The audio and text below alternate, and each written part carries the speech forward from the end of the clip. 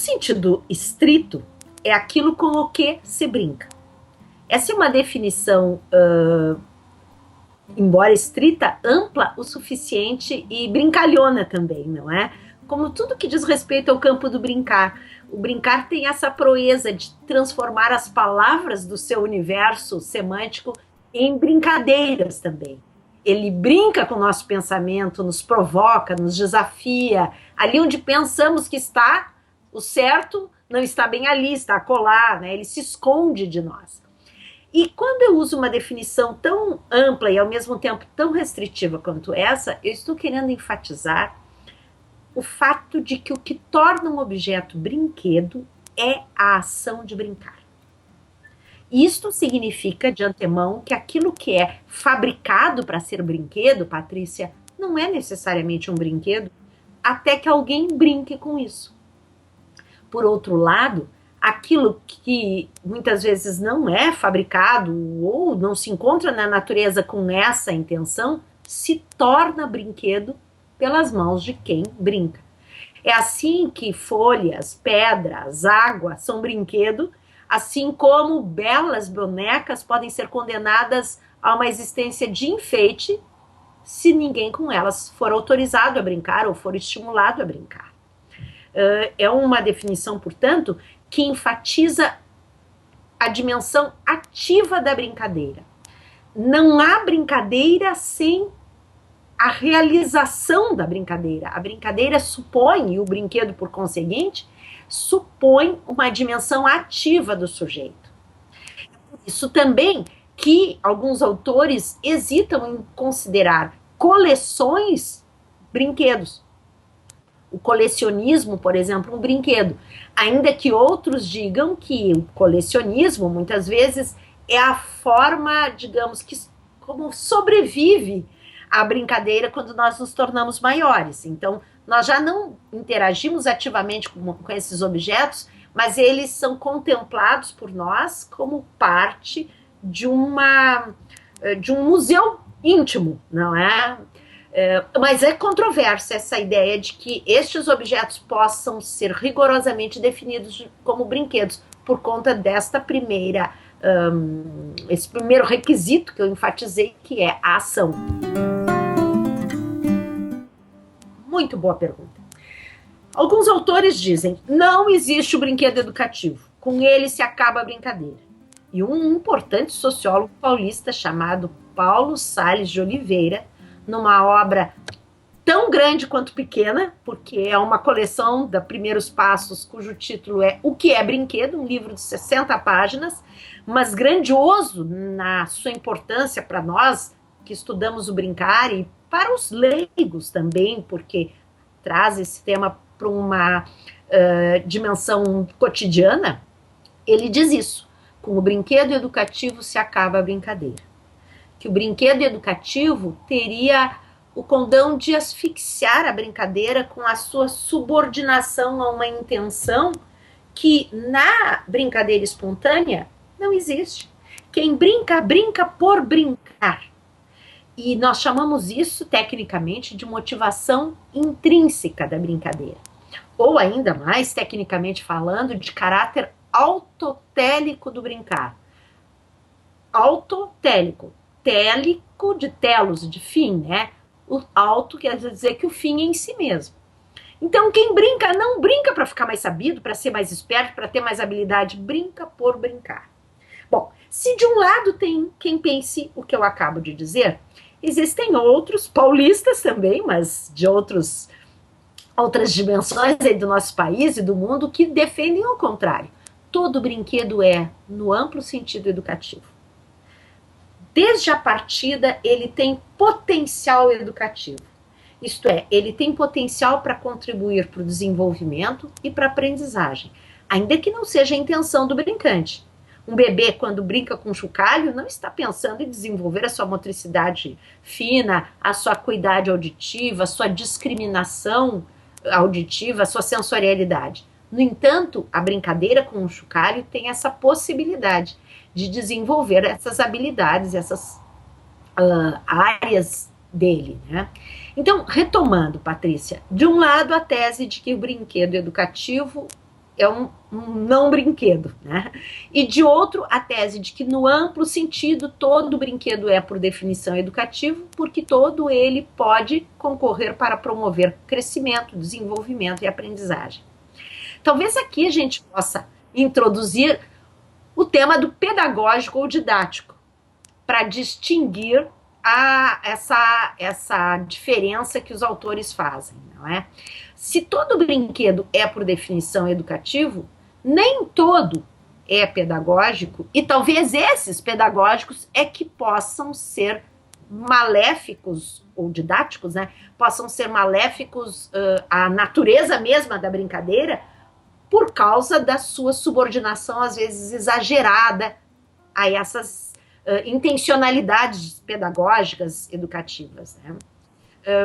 Como tu vês, o campo da brincadeira é muito brincalhão, né? Ele gosta de criar esses mistérios, não é? Esse clima lúdico. Já fiquei aqui, e agora eu como mãe, o que eu faço? Isso. Vou atrás do brinquedo educativo ou não? Ou como é que eu escolho o meu brinquedo? Brinquedo bom é brinquedo que permite que a pessoa haja com ele, pela definição que nós vimos antes. Se brinquedo é uma coisa que só é brinquedo se alguém age, usa o brinquedo, então vamos escolher brinquedos que as crianças não assistam o brinquedo brincar, e sim que elas possam brincar com ele. Numa situação muito simplória, nós poderíamos dizer que um carrinho que pula, salta, anda sozinho e que confina o brincante à posição de assistente das proezas do brinquedo, esse brinquedo não é tão bom quanto um brinquedo que solicita da criança uma ação, que é um parceiro de brincadeiras com ela, que provoca nela ações. Então, este é melhor. Por quê? Porque ele convida a agir. O outro, não, porque o outro a condena à passividade, à contemplação. Mas, voltando à preocupação dos pais, né? Se eles são pais conscientes, e não apenas pais, porque nós temos um outro grande contingente de presenteadores de brinquedos, que são os avós e os padrinhos, não é? E hoje eles respondem por uma parte importante do acervo de brinquedos das crianças, né? E uma parte importante numerosa, não é? Que muitas vezes causam muitos problemas para a administração doméstica, né? Onde colocar todos esses brinquedos, e observando, inclusive, que a sua abundância não é garantia de uma melhor brincadeira da parte das crianças, né? De que elas, inclusive, caem, o seu limiar de discriminação desses estímulos que são tão coloridos, tão ruidosos, tão desafiantes, acaba condenando-as a uma posição até de tédio ou de indiferença, né? É como se fossem tantos estímulos que ela não consegue processar, que ela recua e já não responde, inclusive com as habilidades e competências que ela tem. Veja que grave. Nós poderíamos dizer que, no limite, essa abundância acaba por prejudicar. Não se trata apenas de não estimular mais, mas de prejudicar, porque produz uma espécie de embotamento da sensibilidade, da capacidade de processamento de informação da criança. Nada que nós não vivamos também como adultos, quando vamos num lugar muito estimulante, muito cheio de opções, a gente se paralisa. Nós ficamos catatônicos diante de todas aquelas possibilidades e não escolhemos nenhuma. É mais ou menos o que fazem as crianças. Mas eu quero enfatizar essa questão do pedagógico, didático e educativo, para mostrar que não são apenas palavras. Nós vamos ter que entender, então, que eu, particularmente, me posiciono concebendo o educativo como um sentido amplo e que diz respeito não apenas àqueles profissionais da educação, mas diz respeito a qualquer pessoa que tenha uma deliberada e responsável atitude de promoção do crescimento do outro, de aprendizagem do outro. Nesse sentido, Patrícia, um pai pode ser educador ou não. E um professor pode ser educador ou não, o que é mais grave, né? Não é apenas o fato de estar com o título de educador, de ter uma formação que se diz de educador, que garante que ele adota essa posição intencional, deliberada, consciente e responsável por fazer o outro crescer, por fazer o outro se desenvolver. Como tu vês, eu estou me encaminhando para pensar que todo brinquedo, então, é, no amplo sentido, educativo.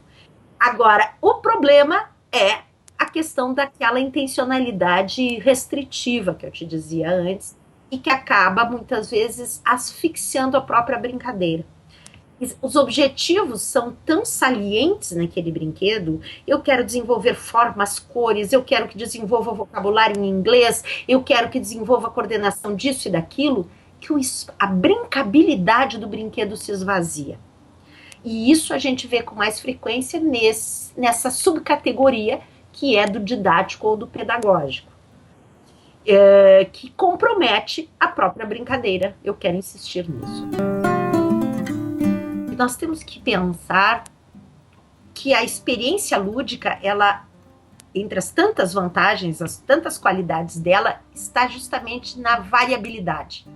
Nós diríamos mesmo que em todas as línguas, em todos os idiomas que tentam definir o que é o brincar e o que é o brinquedo, nós temos em todas as culturas, quando usam a palavra brincar em diferentes idiomas, elas sempre se remetem à ideia da liberdade e do movimento, a variabilidade. Eu recentemente revisei a tradução de uma obra que em breve estará em nosso idioma acessível, que se chama Ambiguidade do Brincar, em que este autor justamente discute aquilo que ele chama de retórica do brincar e tenta mostrar o que afinal subsiste em meio a uma coisa que é tão diversa. E por incrível que pareça, o que subsiste é a diversidade. O que eu quis dizer com todo esse preâmbulo, Patrícia, é que a experiência lúdica boa é diversa. Então, voltando à tua pergunta, brinquedo feito em casa, brinquedo artesanal, é melhor do que brinquedo construído? Bom é a diversidade. Bom é poder não só subir em árvore, mas subir em árvore, brincar com jogo eletrônico, brincar com boneca de papel, brincar sozinho, brincar com outro. A riqueza da experiência lúdica está justamente na diversidade. Então, nós não poderíamos aqui propender de uma forma, inclusive, preconceituosa em favor do brinquedo artesanal, prioritariamente, ou o contrário, em favor do brinquedo eletrônico, da era digital, porque nós estaríamos empobrecendo essas possibilidades que a brincadeira e o brinquedo é um vetor, né, dela, pode propiciar. Ele pode ser passivo ou não. O que algumas pesquisas têm mostrado é que existem jogos eletrônicos tão ou mais bobinhos do que aqueles jogos mais tradicionais que as crianças nem querem olhar porque acham chatos. Então não é porque está no meio virtual ou digital que o brinquedo é necessariamente mais estimulante ou o contrário, que condena a criança à passividade. Existem hoje alguns softwares, alguns sites lúdicos que são muito interativos e que realmente, eu diria até, tem alguns que eu me preocupo com excesso. Eu andei sendo consultada, examinando alguns e tive que recomendar ao pessoal, segurem um pouco, calma, tá demais assim também, não é? Deem tempo para a criança responder, para ela poder ativar os personagens com os quais ela se identifica ou ver se ela compreendeu o enredo da brincadeira. Não atropelem, né? Mas não é porque o meio é digital que ele será necessariamente passivo ou necessariamente ativo, ou que o brinquedo é construído pela criança que ele será necessariamente ativo, né? Acho que esse é um preconceito nosso, é uma ignorância nossa também, que tem a ver com a nossa nostalgia em relação à nossa própria infância, que é de uma época em que a cultura digital não estava tão destacada, claro, praticamente não existia, não é? Então, nós vivemos muitas vezes essa posição restritiva em relação aos brinquedos contemporâneos como uma espécie de inveja adulta da infância de hoje. Acho que esse elemento muitas vezes intervém e se sobrepõe dubiamente, tanto nesse desdém, quanto, muitas vezes, no esforço de acerto de contas. Eu não tive, mas meu filho vai ter, não é? Eu gostaria de ter, então ele terá. E isso, por exemplo, se traduz no tamanho dos brinquedos. Nós observamos que muitos bonecos e bonecas são na proporção do adulto e não da criança. Uma criança espontaneamente sozinha não escolheria um boneco grande daqueles, porque há uma lógica de proporcionalidade na brincadeira. E esses bonecões são bonecos para gente grande. Eles escolhem e dão para as crianças, e elas muitas vezes os repelem, né? Mantém uma relação de desconfiança e até de medo, como alguns relatos de pesquisas mostram, em relação principalmente a bichos de pelúcia muito grandes, né? Não são para as crianças, são para os adultos, né?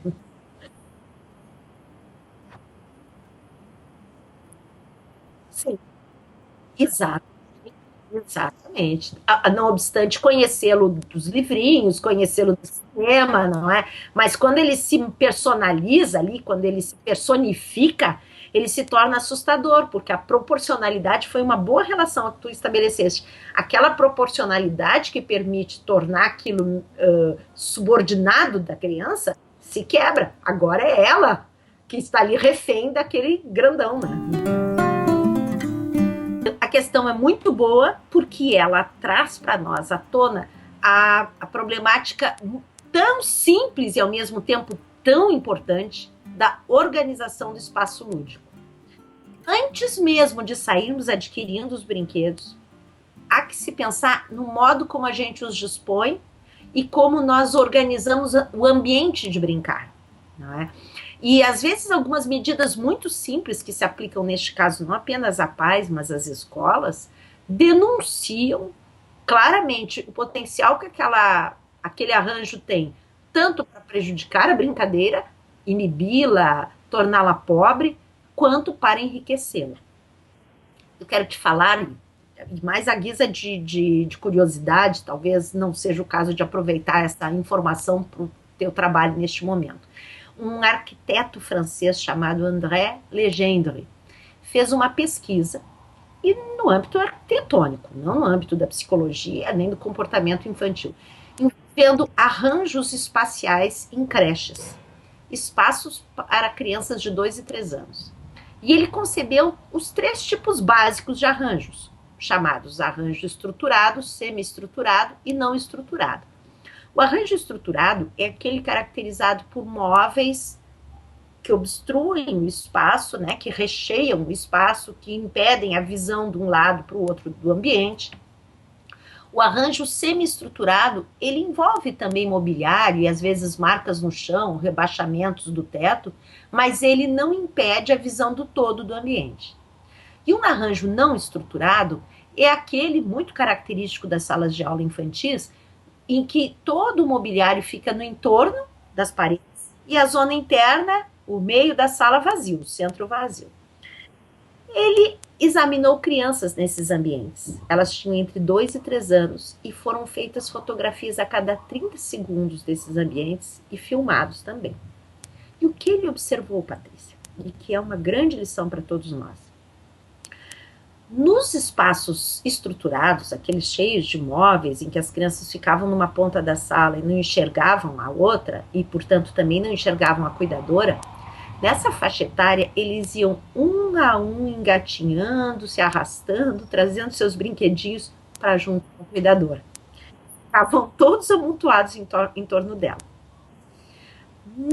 Naquele espaço amplo, que é o chamado não estruturado, o que é que se observou? Que as crianças corriam e gritavam o tempo todo e fazem aquilo que eu chamo de criança beija-flor. Ela vai num brinquedinho, larga, vai no outro, larga, vai no outro, larga. Não se detinham nenhum. Elas ficavam zanzando pela sala e não conseguiam desenvolver brincadeiras mais complexas e duradouras com os objetos que estavam disponíveis. De modo que o arranjo semi-estruturado se mostrou o mais fecundo. Por quê? As crianças não mostravam tanta dependência do adulto. Elas podiam ficar longe dele, porque elas conseguiam vê-lo, né? De longe, mas elas o viam e podiam mostrar. Ó, tia, ó o que eu fiz. Olha o fulano, olha o cicrano. porque elas tinham contato visual com ele. E, ao mesmo tempo, elas conseguiam uma ambiência de intimidade e de continência que favorecia o desenvolvimento de enredos mais complexos nas suas brincadeiras simbólicas. E, assim, brincadeiras que também eram mais profundas. Olha quanta lição a gente tira disso, né, Patrícia? Então, quando nós pensamos num espaço lúdico dentro de casa, por exemplo, não é a abundância de brinquedos que vai torná-lo mais interessante nem mais estimulante para a criança. Não é aquele espaço no centro do quarto livre para ela correr também, não é? Mas a possibilidade de que a gente, embora deva garantir-lhe também espaços de correr, né? Mas a possibilidade de que ela tenha pequenos núcleos ou zonas de brincar, nas quais ela tenha autonomia, ela possa tirar e colocar seus objetos, ela desenvolva, e isso já começa em torno do final do segundo ano, início do terceiro ano, essa experiência da guarda do brinquedo. Do ponto de vista psicológico, a gente relaciona a fase anal, que é uma fase de descoberta de que o nosso corpo é capaz de conter e eliminar coisas, não é? É também uma fase em que as crianças enfurecidas atiram tudo longe, não é? Com raiva, elas expulsam de si aquilo que não gostam, né? E essa experiência da guarda, da responsabilidade, que começa muito simples, né, nessa idade, ela é cultivada, ela é estimulada por arranjos assim, nos quais ela possa ser mesmo responsável pelo ordenamento dos seus brinquedos. Um outro elemento importante é pensar na altura, na acessibilidade deles, né? Então, quartos repletos de brinquedos, ou salas de aula, né, com brinquedos a 2 metros de altura, enviam uma mensagem dúbia, ambivalente. Brinque, mas não diretamente comigo, né? Peça ao adulto que intermedia a brincadeira. De certa forma, nós estamos estimulando uma dependência do adulto também, né? Ou aquela prática da contemplação. E, no limite, uma prática ainda mais perversa, que é pensar que ter é brincar. Ter não é brincar. Ter muitos brinquedos não é a garantia de brincar. Então, não basta ter 5.000 ursos de pelúcia decorando o quarto, o berço repleto de brinquedos, os móveis despencando na cabeça da criança, para que isto seja a garantia de que ela brinca. E tu vês que eu quis começar a resposta à tua pergunta por esse quesito organização, para mostrar como, antes mesmo de brincar com, ou de selecionar com o que brincar, a forma de dispor já pode ser um convite à brincadeira ou uma inibição à brincadeira. E nem tudo precisa estar visível. Esta prática do rodízio de brinquedos, né, ela é muito salutar. As crianças têm uma alegria quando reencontram um brinquedo com o qual elas não brincavam e que a gente observa. Passam uns dias, ela já não está mais brincando com aquele, é porque ele já não está oferecendo os desafios que antes oferecia. Então vamos guardá-lo por um tempo e deixar que outros brinquedos a provoquem. Em determinado momento ele reaparece e aí a gente observa. Ai, que bom, meu Deus, é como se fosse um brinquedo novo. Melhor ainda do que um brinquedo novo. Ou se ele não causa nenhuma reação mais arrebatada, mais interessada, bem, é hora de passá-lo adiante mesmo, porque ele já cumpriu a sua missão com essa criança. Né? Cumpriu a sua missão com essa criança, Patrícia, mas poderá continuar com outra. Porque eu sou defensora da tese de que os brinquedos não morrem jamais. Os brinquedos estão sempre prontos para brincar, pelas mãos de quem com eles brinca. E nós poderíamos falar de 2 tipos de participação, principalmente nas famílias contemporâneas de classe média, que têm menos filhos, portanto as crianças têm menos parceiros de brinquedo, têm uma vida indoor, como nós chamamos, da porta para dentro, não é? Portanto, com menos possibilidade de fazer amiguinhos da sua faixa etária. As famílias configuradas nas grandes cidades sem aquela possibilidade de convívio com primos, com parentes mais distantes, de faixas etárias distintas, criam uma situação que é a cara da nossa época. As crianças são pequenos reis em casa, né? São 1 ou 2, raramente 3 crianças em casa, e estas crianças brincam com os adultos e requisitam dos adultos a atenção. E instauram uma problemática para os adultos, que é conciliar a sua vontade de serem bons pais, de serem estimulantes e atentos às necessidades das crianças, com a sua vida adulta, que é uma vida de preparar a comida, de pôr roupa na máquina, de trabalhar em casa, como tu agora, não é? Como conciliar tudo isso, né?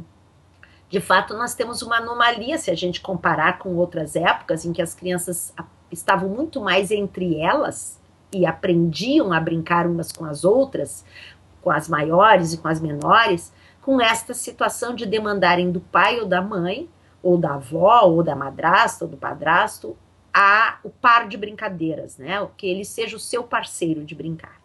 Alguns problemas que se criam nessa circunstância, que os adultos com frequência me perguntam, e agora, o que eu faço? Deixo ganhar ou jogo para valer? Se eu jogar para valer, ele vai perder sempre, porque eu, claro, sou um adulto, tenho mais habilidades, ele fica triste, ele sofre, ele briga.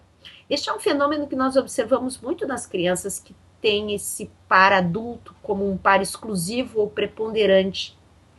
A dificuldade de tolerar a frustração do fracasso nos jogos de competição, por exemplo, mas mesmo naqueles outros que envolvem habilidades, como montar uma torre de cubos ou encaixar objetos, não é? Quando elas percebem que a habilidade do adulto é notoriamente superior à sua, ficam muito frustradas, porque de fato é uma luta em glória. Elas não têm a habilidade que eles têm. E alguns adultos tentam negar isso, né? Disfarçando a sua competência. Ai, errei de novo, né? É uma atitude saudável se a gente pensar que a brincadeira vira outra. Ser palhaço, né? Fazer bobagens, fazer palhaçadas. E as crianças notam, né? Muito claramente que aquilo ali não é de verdade, né? A brincadeira não é a de tu não conseguires colocar os objetos. É tu teres inabilidades, né? E, enfim. Mas o que é preciso mesmo é ser honesto. E o que pode garantir, nesse caso, honestidade sem essa desigualdade tão exacerbada? As brincadeiras não são só de competência ou habilidade, elas envolvem também a aleatoriedade. E com essa ninguém manda, né? É o dado, é a roleta, é a sorte, né? E então, nisso, somos todos iguais na partida. Temos o nosso quinhão idêntico de possibilidades e aí vai ser o curso da própria brincadeira que vai regular. Essa é uma forma de tentar compensar essas diferenças e é algo que eu recomendo nas escolas para os professores, quando eles têm grupos que têm notórias discrepâncias de desempenho, principalmente pensando no potencial da brincadeira, por exemplo, para a inclusão escolar, né? Com crianças com dificuldades motoras ou com deficiências específicas, elas não terão mesmo nenhuma chance de êxito em algumas brincadeiras nas quais outras crianças consideradas normais terão. Mas o que pode regular isso é esse elemento do aleatório, da sorte, ou levar em conta outras habilidades que nós, adultos, já não temos tantas, não somos tão atentas a certos elementos. As crianças sabem, por exemplo, contar e recontar uma história que nós já contamos meio batido e assim, meio ligeiro, assim, para passar rápido. Não, mãe, tu esqueceu aquela parte, não é? O que mostra que elas são atentas a alguns detalhes que nós, porque o tema não nos interessa, desconsideramos. Então, procurar fazer a promoção da justiça lúdica aí, não é? Levando em conta essas diferentes formas de brincar, né? As diferentes brincadeiras. Ainda no âmbito da participação, há um tipo de participação que nós, adultos, muitas vezes temos dificuldade de cumprir. Eu chamo isso de brincadeira de segunda potência. Brincar de brincar. Porque já não é a mesma coisa. Por mais que a gente queira estar naquele estado lúdico deles e se reencontrar com a criança que nós fomos, a gente já é grande, né? A gente já brinca de outro jeito. Então, aquilo, como eu disse antes, soa muitas vezes artificial para as crianças. E enquanto nós ficamos forçando a barra, nós estamos, na verdade, desqualificando o brincar dela, inclusive, né? Fazendo esse faz de conta, essa coisa fake mesmo, não é? Daí a importância, a meu ver, de que a gente exercite essa brincadeira de segunda potência, que é, estamos brincando, de brincar e, ao mesmo tempo, com o nosso compromisso de adultos, com o nosso olhar adulto, que a gente não renuncia. A gente se solta, a gente se arrebata, mas a gente não perde de vista o fato de que a gente é mamãe, de que é papai, que tem coisas que não pode fazer, que é importante que ele faça tais coisas porque isso é bom para o crescimento dele, para a linguagem dele, que certas palavras a gente vai interromper a brincadeira e vai dizer, como é que é mesmo? Diz de novo. Diz devagar para tu conseguir dizer essa palavra. Né? Isso é brincar de brincar. Se eles estão entre amiguinhos, não vão fazer isso. Essa é a diferença de um brincar adulto responsável em relação a uma brincadeira com uma criança como ele, por exemplo, mais velho ou mais nova. Né? E uma outra forma importante de intervenção, de relação nossa, é a observação. E nada é mais difícil do que observar o brincar, Patrícia, porque tu te prepara. Hoje eu vou observar o brincar. Aí tu fica ali no quarto, né, de olho, atenta, e daqui um pouco a tua cabeça está devaneando, tu tá pensando na lista do supermercado, tu tá pensando em outras coisas, tu tá pensando no teu brincar na infância. Eu gosto de uma frase bastante popular que diz assim, quem não sabe o que procura, não sabe o que acha. Então, quando nós vamos observar a brincadeira, é importante que a gente leve para esse olhar alguns vetores de análise, alguns critérios, né? Habilidades motoras que a criança exibe, a sua capacidade auditiva, a sua coordenação visomotora, né? Então já as questões mais sensoriais, a linguagem, como é que ela fala, quais são as palavras que ela usa, como é que ela expressa o que ela quer dizer. Ela consegue fazer uma coisa que é muito complexa na brincadeira, que é o que a gente chama de brincadeira histriônica. Brincadeira histriônica é quando a gente pega, por exemplo, agora não tem nem dos meus brinquedinhos aqui perto, mas eu tenho muitos aqui comigo, não é? Por exemplo, isso aqui é eu estou fazendo com que seja um personagem de uma brincadeira e eu pego e digo, oi papai, como vai você? Ah, eu estou muito bem. Isso é brincadeira. Pois exatamente, perfeito. Já sabe o nome técnico disso, Patrícia. Essa brincadeira, ela é muito complexa, porque a criança, ou quem brinca assim, é um diretor de cena, né? Ele sabe fazer as alternâncias, ele sabe olhar o ponto de vista do personagem, quer dizer, eu faço uma pergunta, tenho que pensar na resposta e já tenho que encadear uma resposta, uma contra-resposta, aquela resposta, enfim, é muito complexo, não é? Então, um adulto poder prestar atenção nisso é rico e muitas vezes, se ele não vai com esse vetor de análise para o seu momento de interação com o seu filho, ele se dispersa e perde esses momentos tão ricos que revelam não apenas o universo cultural dessa criança, mas também o seu universo simbólico íntimo, não é? Os seus medos, né? os seus desejos, né? Os seus impulsos mais antissociais, a agressividade, a raiva, a destruição, não é? Tudo isso emerge na brincadeira. E quando nós temos olhos para ver tudo isso, nós somos adultos capazes de qualificar este momento, porque a gente pode escolher objetos e organizar esse momento de modo a permitir que esta experiência flua. Não precisamos muito mais do que isso. Permitir que ela flua já está de bom tamanho. A brincadeira é uma liga. Eu não sei se na entrevista, em algum dos textos que tu leste, tu viste que eu falo sobre a etimologia da palavra brincar. Ela vem de vínculo, vem de brinco, né? Vem de laço, vem de vinculação.